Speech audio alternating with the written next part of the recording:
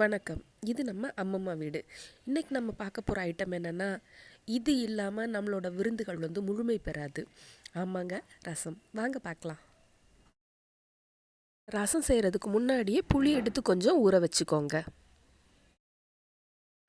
அப்புறம் 2 சின்ன தக்காளி, இதை பொடியாக நறுக்கி வச்சுக்கோங்க.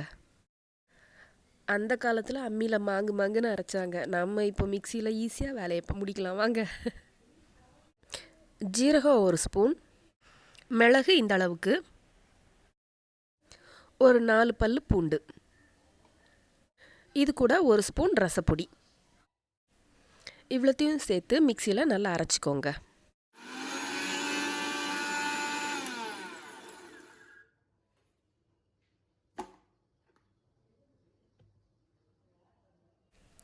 கடாய் நல்லா சூடானதும் அதில் கொஞ்சம் எண்ணெய் ஊற்றிக்கோங்க.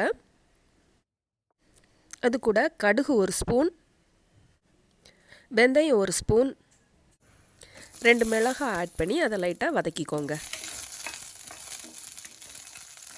இப்போ இது கூட நம்ம மிக்சியில் அரைச்சி வச்சுருந்த அந்த பேஸ்ட்டையும் சேர்த்து போட்டுக்கலாம்.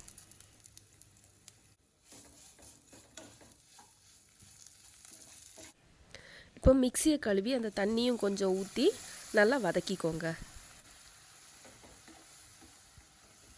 இந்த தண்ணி நல்லா கொதித்ததும் இது கூட பொடியாக நறுக்கின தக்காளி அது கூட சேர்த்து நல்லா குழைய வதக்கிக்கோங்க.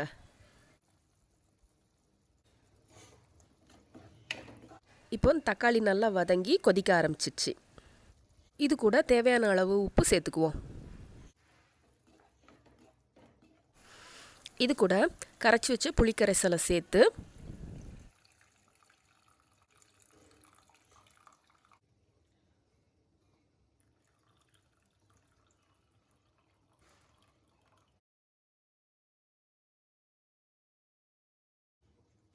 இப்போ எல்லாத்தையும் ஒன்றா நல்லா கலந்துக்கோங்க.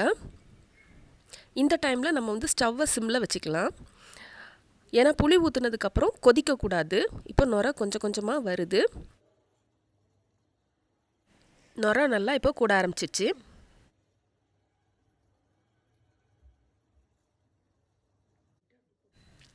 நுரை நல்லா கூடினதுக்கப்புறம் அது கூட கொஞ்சம் கொத்தமல்லி சேர்த்து சூடாக பரிமாறுங்க.